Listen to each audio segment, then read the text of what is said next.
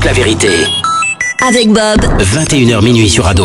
Merci d'être avec nous. On vous en parle au bureau, à la cafette, dans la cour du lycée, à la fac, c'est tous les soirs sur Ado et nulle part ailleurs. On dit ici tout haut ce que personne n'ose même penser tout bas. On parle des phénomènes paranormaux, des événements étranges, inexpliqués, auxquels vous êtes confrontés. Nous sommes pour essayer de les comprendre ce soir avec Gérard Grenet, magnétiseur et radiesthésiste. Gérard, vous pouvez manger les gâteaux si vous le souhaitez, parce que je vous vois vous diriger vers les gâteaux. Il met une pendule au-dessus, je prends pas. Alors, il est venu avec son pendule pour bien sûr tenter de comprendre ce qui se passe chez vous. Et on a Ophi qui est en ligne. Bonsoir Ophi. Bonsoir Bob, bonsoir Gérard. Bonsoir Ophi. Ophi, tu as quel âge et tu nous appelles d'où? J'ai 29 ans, je suis du Val d'Oise. 29 ans, Val d'Oise. Tu nous écoutes souvent? Oui. Ah, voilà, on m'écoute une fois, on m'écoute toujours, c'est ce qu'on dit, c'est ça, Ophi. Oui. Bon, en plus, moi j'adore le paranormal, donc c'est vraiment quelque chose qui m'intéresse comparé à Abdou. Bon, écoute, parce qu'Abdou il en a peur, là, il sait pas comment gérer ce truc-là. Alors Ophi, tu nous as envoyé ton adresse, toi, c'est ça? Oui, alors en fait, c'est mon ancien logement, plus précisément. C'est quoi, pardon? Son ancien logement. D'accord, son ancien logement. Tu l'as quitté parce que tu ressentais les choses, c'est ça? Alors, je l'ai quitté parce que je m'y sentais pas bien, pour différentes raisons, mais il s'est surtout passé énormément de choses étranges. D'accord. Alors, quel genre d'événements se sont passés dans cet endroit? Alors en fait, pour résumer, c'est un peu similaire à Natacha en fait, donc je pense également avoir quelques dons de médium, une certaine sensibilité. Ah, il dit oui Gérard, c'est-à-dire que rien que là, avec la voix, il vous entend, il t'entend et là, oui, ça y est, là. D'accord. C'est la DSL Ophi, hein. Ouais, donc, oui. Qu'est-ce que vous avez dit? Je dis Ophi, c'est la DSL, elle est très médium. Ah ouais, d'accord. La DSL. La DSL, Tout gros petit la meuf. C'est Internet, elle toute seule, c'est la Freebox, allez, vas-y. C'est cool. Alors, d'accord. Alors, qu'est-ce qui s'est passé dans ces maisons? Parce qu'on va essayer d'expliquer un petit peu à nos auditeurs pourquoi tu nous appelles.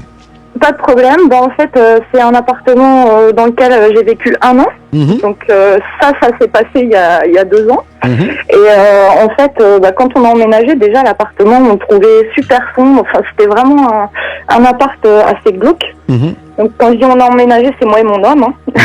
Voilà. Et en fait, moi je suis commerciale, je bosse en faisant les 3-8, donc il m'arrive de travailler de nuit. Ouais. Et en fait, les choses ont commencé où un soir, j'appelais mon homme au boulot pour lui faire un petit coucou. Et en cours de conversation, il me sort « Tiens, c'est fun ». Enfin, texto, mot pour mot, il me dit « Tiens, c'est fun, il y a le jean qui se balance tout seul ». Il y a le quoi? Le jean. Ah, le jean. Voilà, parce qu'en fait, j'étais en train de faire sécher du linge à l'intérieur vu qu'on n'avait pas de balcon. Ouais. Et il y avait vraiment le jean qui se balançait tout seul. Et les vêtements étaient à l'intérieur de la maison, hein? Oui. Donc, toutes fenêtres fermées, les portes aussi, pas de courant d'air.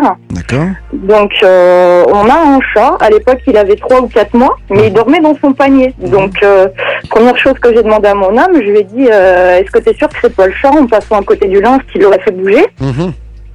Donc, il me fait non, je t'assure, il dormait, il était dans son panier. Donc, sur le coup, comme mon homme bossait très très tôt le lendemain matin, moi, quand je suis rentrée, j'ai terminé de nuit, donc... Je suis rentrée discrètement, morte de panique chez moi, en me disant c'est pas vrai, ça y est, il y a encore quelque chose. Parce que ce qu'il faut savoir, c'est que depuis que je suis toute petite, en fait, je suis sujette à beaucoup d'événements bizarres.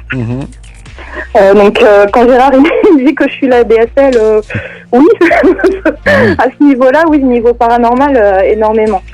Et donc après que ces choses-là, que le coup des vêtements se soit passé, en fait, peut-être 2-3 jours après, j'étais en train de faire du ménage dans mon bureau. Ouais. Et il n'y avait pas de produit sur le sol, pas de stylo, pas de billes, rien.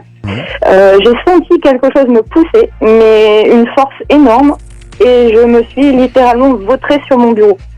Je suis partie en avant. Il y a vraiment quelque chose qui m'a poussée. Ah ben là, il y a eu une attaque, là. C'est ce qu'on appelle une attaque, hein, Gérard. Oui. Donc là... C'est pour ça que j'ai commencé à m'inquiéter vachement, parce que oui, je comprends, je me suis dit ça peut être le hasard. Mais là, je me suis dit, il y a vraiment quelque chose qui m'en veut. Et après, quelques jours après, c'était de pire en pire, quoi. Il y avait des verres qui pétaient alors qu'ils étaient posés sur la table de la cuisine, que j'y touchais pas. Ça, c'est du poltergeist, hein, c'est ça, hein.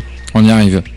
Donc, je sais pas en fait si c'était pour ça en fait le but principal de mon appel, parce que je me suis posé la question, étant donné que je suis très sensible aux ondes, même quand je visite une maison, elle a beau être récente, en fait quand elle a un passé, un vécu, quand il s'est passé des choses sur le terrain, j'ai tendance à ressentir des vibrations. Ah, qu'est-ce qui s'est passé sur le terrain? Je sais pas justement, je sais pas du tout. Je sais que l'immeuble a été construit, je crois, au début des années 50.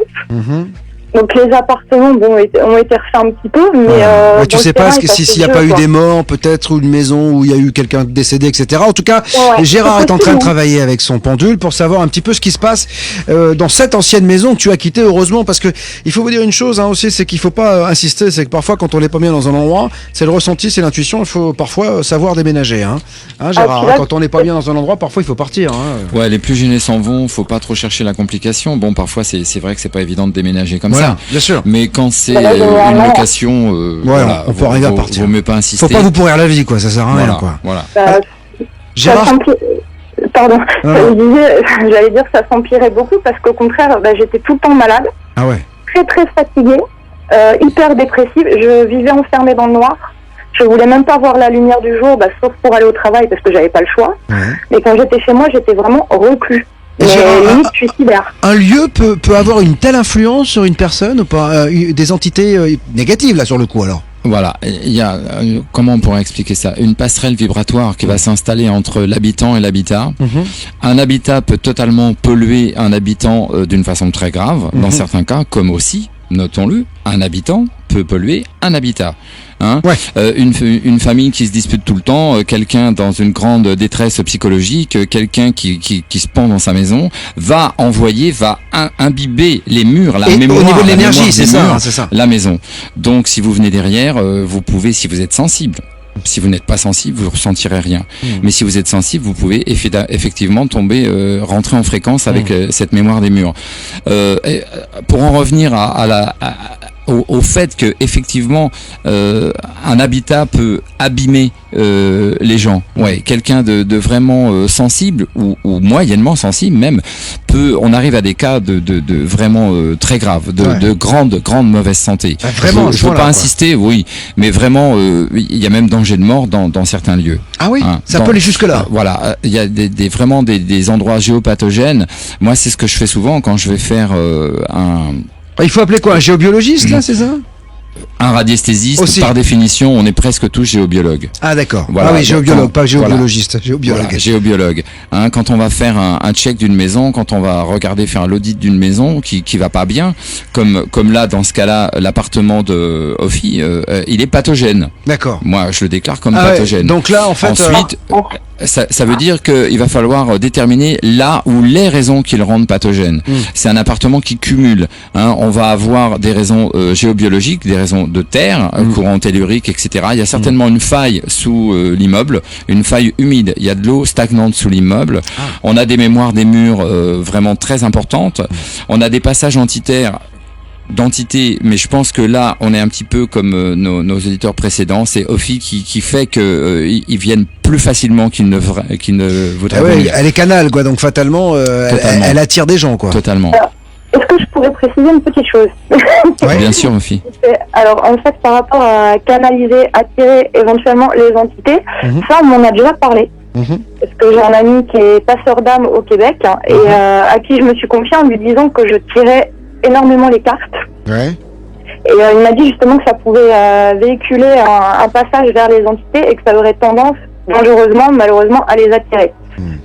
Tout à fait, Ophi. Moi, j'ai souvent en entretien, on pourrait dire, des gens de la voyance, des voyantes, des voyants, qui de temps en temps vont pas très bien parce que c'est un peu les risques du métier. Ils ouvrent certaines portes et de temps en temps, au sortir d'une consultation, ils sont pas très bien. Ils sont désorganisés énergétiquement. Ils ont le spleen, ils ont des nausées, ils dorment plus, ils ont la vue qui baisse. Enfin, beaucoup de soucis. Le taux immunitaire qui descend, ils tombent malades facilement.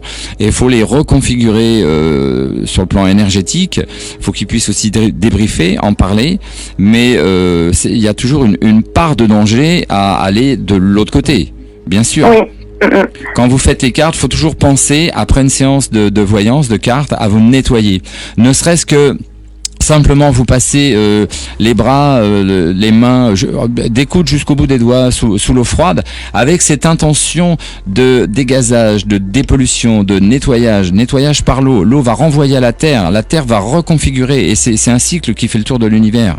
Mais avoir cette intention, tout est dans l'intention, Ophi, de vous nettoyer. Si vous, au sortir d'une séance de cartes, vous faites comme si vous aviez simplement regardé un film à la télé, ça va pas du tout. Bah, c'est peut-être ça justement dans les débuts, parce qu'après j'ai pris mes précautions parce que quant au nettoyage, parce que j'ai même été jusqu'à nettoyer entre guillemets les entités. Enfin, du moins tenter. Tout à l'heure, je vous entendais parler de rituel. Justement, ça m'a fait penser à moi parce que j'ai vraiment tout tenté. Avec encens, chandelle et justement incantation, on va dire, qui m'ont été recommandées dans une boutique ésotérique. Ouais, alors faut faire attention là, parce que là, on le dit souvent aux filles, faut faire. Gérard, allez le dire, mais il faut faire gaffe, quoi, parce que alors tout le monde, tout est ouvert, on vous vend n'importe quoi, mais bon, après c'est dangereux. Voilà, faut faire attention un petit peu. Forcément, ça c'est très médiatisé, tous ces domaines, et la médiatisation fait que plus de bouquins et plus de boutiques, et on vous vend un peu tout dans toutes les sauces. Faites bien attention.